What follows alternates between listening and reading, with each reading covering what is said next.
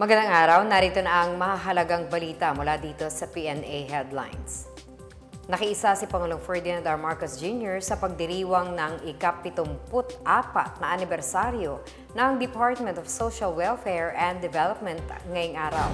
Sa kanyang talumpati sa pagdiriwang na ginanap sa SMX Convention Center, pinuri ng Pangulo ang DSWD sa pagbuo nito ng isang lipunang inklusibo, matibay at walang naiiwan.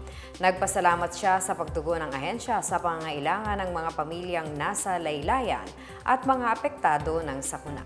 Pinuri din ng Pangulo ang mga proyektong tumutulong sa pagpapabuti ng estado ng mga Pilipino tulad ng 4Ps, Sustainable Livelihood Program at Social Pension for Indigent Senior Citizens. Kinilala rin niya ang pagbuo ng mga bagong inisyatibong tulad ng HELPS o Harmonized Electronic License and Permit System, Minors Traveling Abroad at Pamilya sa Bagong Pilipinas Program.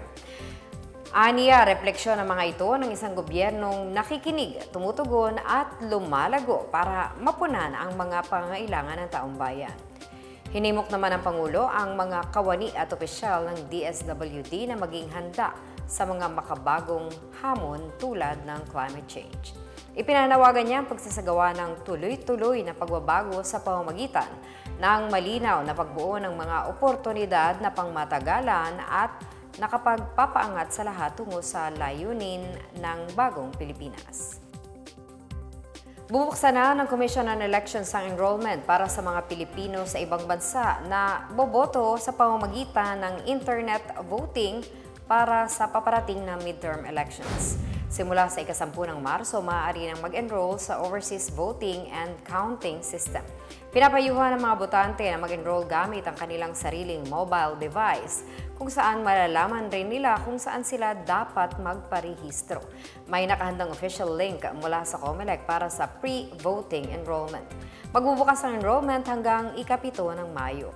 Pagkatapos ng pre-voting enrollment, makakaboto na ang overseas voter mula April 13 hanggang May 12. Ipinapaalala ng COMELEC na may mga voting kiosks sa bawat Philippine post ng ibang bansa para sa mga botante. Para sa karagdagang impormasyon, maaaring bisitahin ang Office for Overseas Voting PH at ang official website at social media account ng COMELEC. Paalala para sa mga mananakay ng LRT Line 1, ipatutupad na ang dagdag singil sa pasahe sa LRT simula April. Ayon sa Light Rail Manila Corporation, inaprubahan na ng Department of Transportation ang bagong fare matrix ng LRT 1. Mula sa dating 13 pesos at 29 centavos na boarding fee, gagawin na itong 16 pesos at 25 centavos. Ang dating 1 peso at 21 centavos na dagdag kada kilometro sa pasahe ay magiging 1 peso at 47 centavos na. Ibig sabihin ang kabuuang pasaheng 45 pesos para sa single journey sa magkabilang dulo ay aabot na sa 55 pesos. Ayon kay LRMC CEO Enrico Benepayo, napapanahon ng magtaas ng pasahe ang LRT1 kasunod ng mga naisagawa ng pagsasaayos dito. 87% aniya ng mga tren ng LRT1 ang gumagana at halos 100% ang daily at monthly system reliability. Halos 100% ring nasa oras ang schedule ng mga biyahe at may nakahandang tren sakaling magkaroon ng aberya. Dagdag pa ni Benepayo, simula ng hawakan ng LRMC ang LRT1 bilang private concessionaire noong 2015, isang beses pa lamang silang nakapagtaas ng pasahe. Aniya, mailalaan ng gobyerno ang mga pondong malilikom sa dagdag pasahe ng LRT1 sa iba pang proyekto nito. Para sa balitang pangkalakalan, inaasahang lalawak na ang bilang ng mga uri ng isdang maaaring i-export ng Pilipinas. Kasunod yan ang pagkakasali ng isdang tamban sa pandaigdigang talaan ng mga produktong pagkain.